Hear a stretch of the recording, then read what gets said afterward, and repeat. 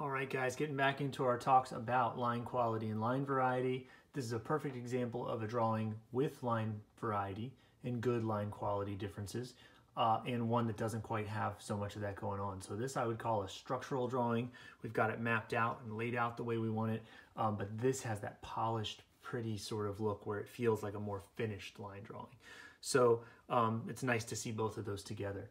That's charcoal, this is graphite. Now our goal with graphite will be, can we make our drawing pop as much as this one? Because it's easy to get dark with charcoal. It's not so easy, it's a little bit more difficult with graphite. So I'm just using three pencils, a 2H, an HB, and about a 3B.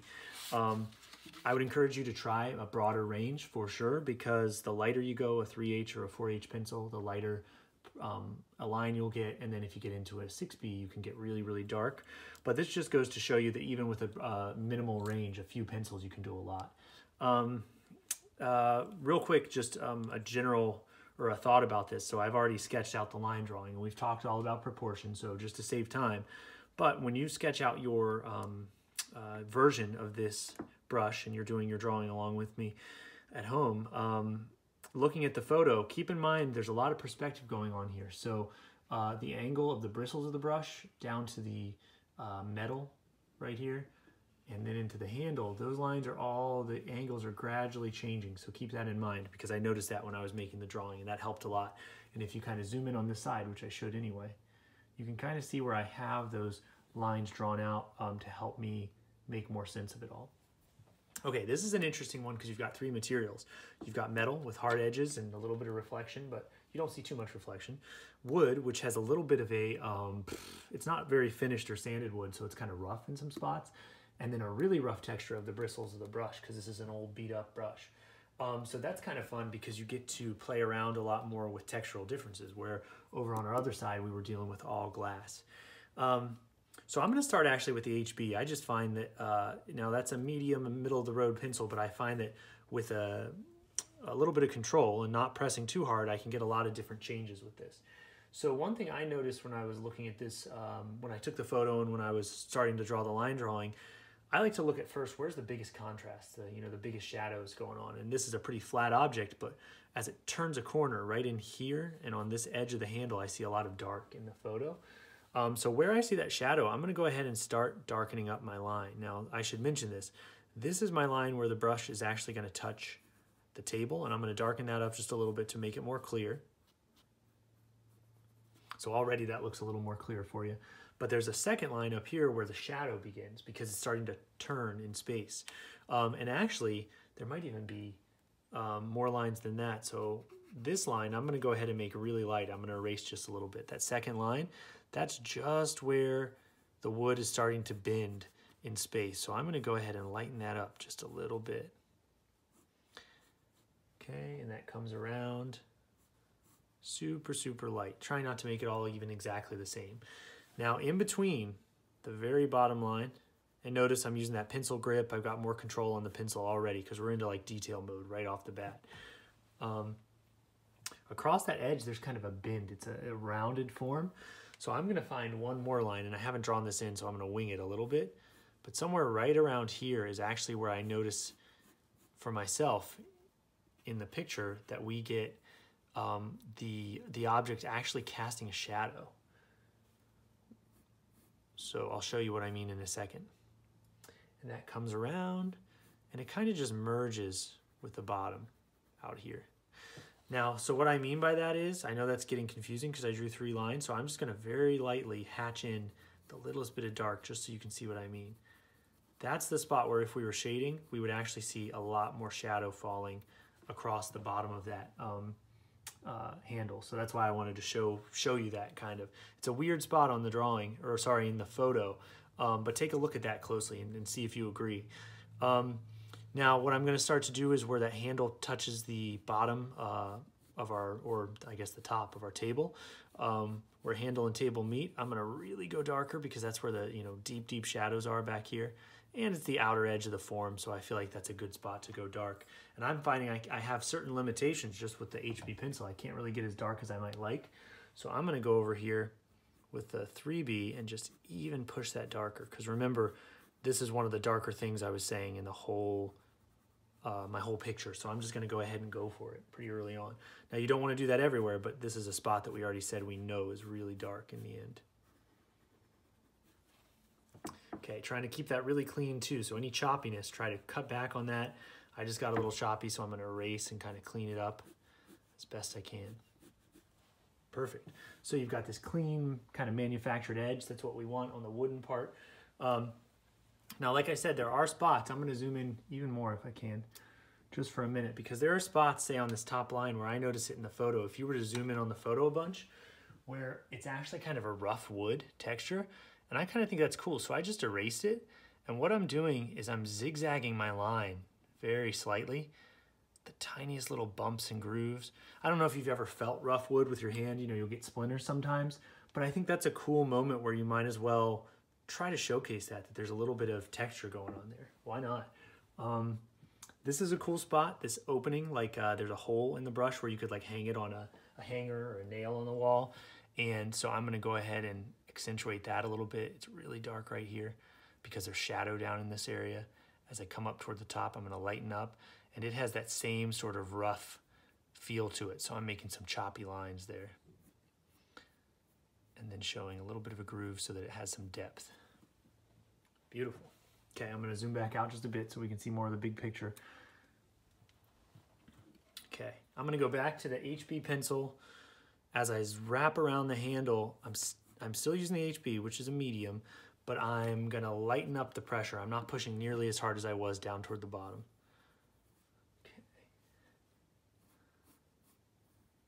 Once again, not trying to make it exactly the same everywhere. So sometimes I'm pressing a little darker, sometimes just a little bit lighter for the sake of variety.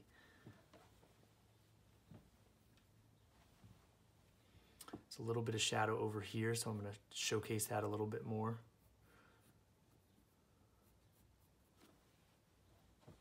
And it's starting to look a little bit more rounded, like there's dimension to this thing. In the metal casing on the brush, so this is wood, metal, and then bristle, that's a pretty bold line. I'm gonna still stick with the HB for now. We can always darken up later. But the key with this is it's a manufactured line. You know, it's a true straight edge. So I'm gonna try to keep this as straight and perfect as I can. And so a lot of times my first attempts are a little bit hairy, so I'm just trying to clean up with the eraser any of that hairiness. I want it to look as straight as possible. Now this is where you could cheat with a straight edge, but straight edges are for chumps. We try to do it as best as we can free-handed. So I'm really going dark where this thing wraps down into the shadow. I'm trying to showcase that there's metal that wraps around the wood right here. Okay, same with this line of metal against the bristle. It's a very straight line of metal, so trying to emphasize that as best as I can. And already that pops out quite a bit. Not trying to go as deep dark as I possibly could, and again, because it's starting to get into shadow as this wraps around the side, this is where I'm going to go for my really dark tone. That might be reflecting in the light a little bit. Nope, it looks pretty good on there. That's good. Okay, now there are some bumps. There's like a little groove right here that sticks out and a couple here. So I'm gonna showcase that in the bottom of the line and show where those bumps come down and kind of make a groove. So I'm going out around that groove and back in. So I think that's a really important part that can make your drawing look much more realistic. Again, I'm kind of dark out here. Thicker lines, darker lines, because this is the very bottom of my shape where it's casting shadow onto the table. Okay, and as those metal grooves come up out of the shadow, I'm going back to an HB, keeping it mildly dark, but as it zooms across the front surface of the brush, I think I'm gonna lighten up my pressure and let it feel like it's just zooming back into the distance away from us, because that's kind of what's happening. So a little darker at first, lighter, lighter, lighter, until it just fades away into the distance. I think that's kind of a cool look maybe. You know, that might not even be a bad thing over here, just to lighten that up as that zooms back into the distance away from us. So same with this little groove. Lighter back here, but as I move forward, if I'm going backwards, coming back toward us, so I'm darkening my line.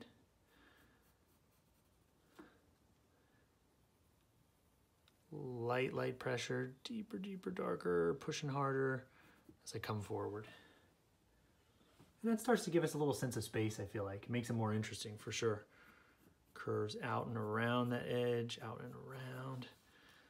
Darker to lighter. Lighter to darker. Perfect. So that already starts to look like a little bit more deep space.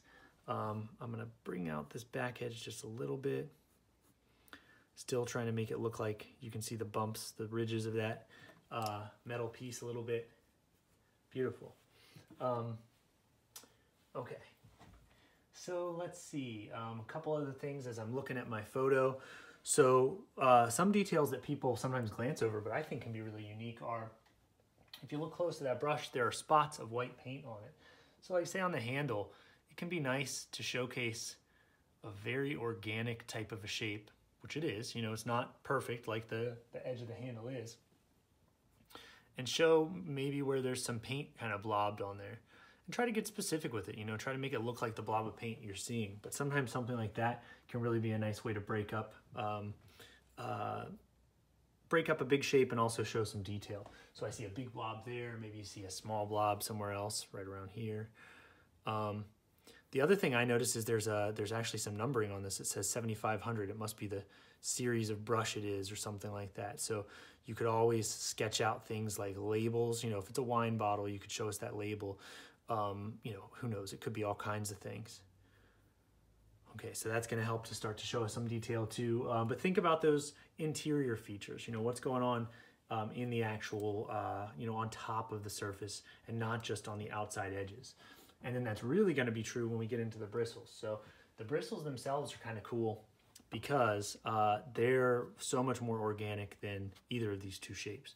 So here we're dealing with metal, here wood. Now you've got like hog hair bristles going on. So one, they're going to be looser lines for sure.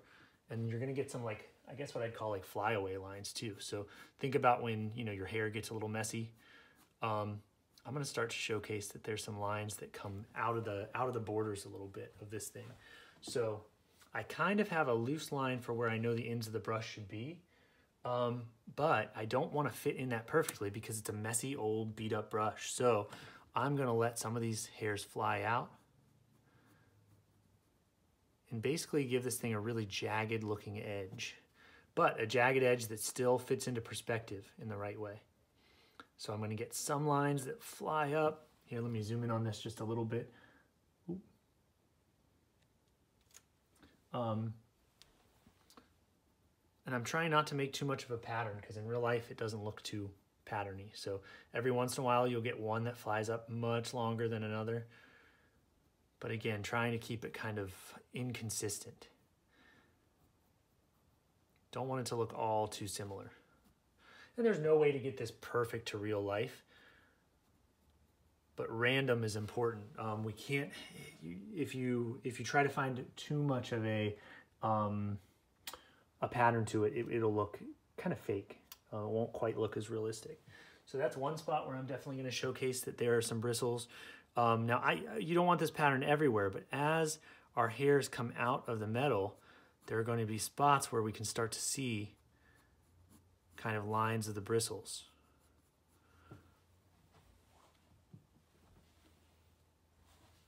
Now, these are actually pretty light in the drawing or in the original photo, so I might just try to emphasize them just a little bit more. And in general, they're flying uphill this direction.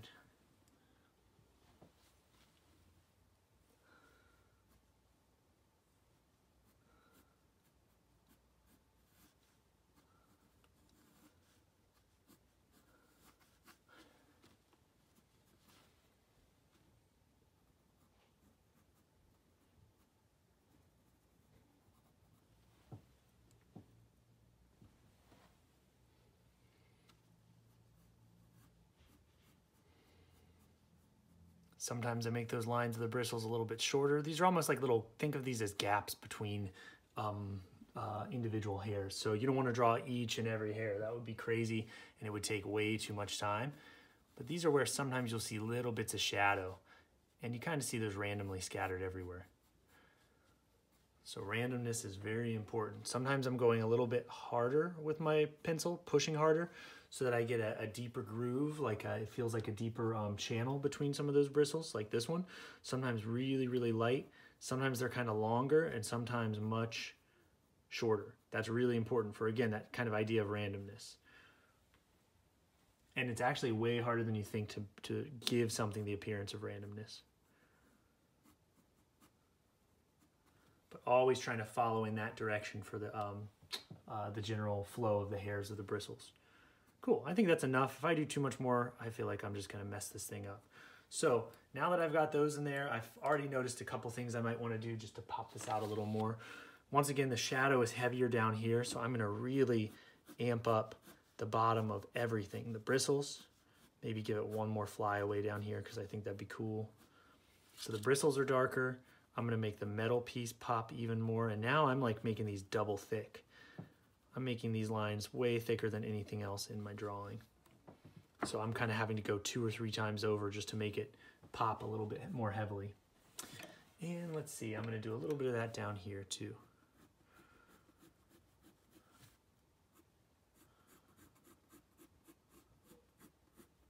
Not trying to make it all perfectly even everywhere around the drawing. That wouldn't actually help make this look as realistic, I don't think.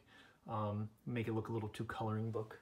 And then if you really wanted to get crazy with it or fancy, you could actually start to draw like things like cast shadow. If you notice, I started to do that in my charcoal drawing where the stem cast a shadow onto the table.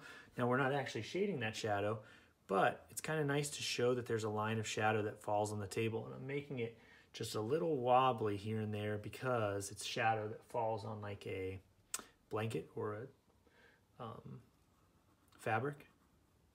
All right, but that would be a shadow line there. I see just a little bit of it down here on the inside of the brush. Beautiful.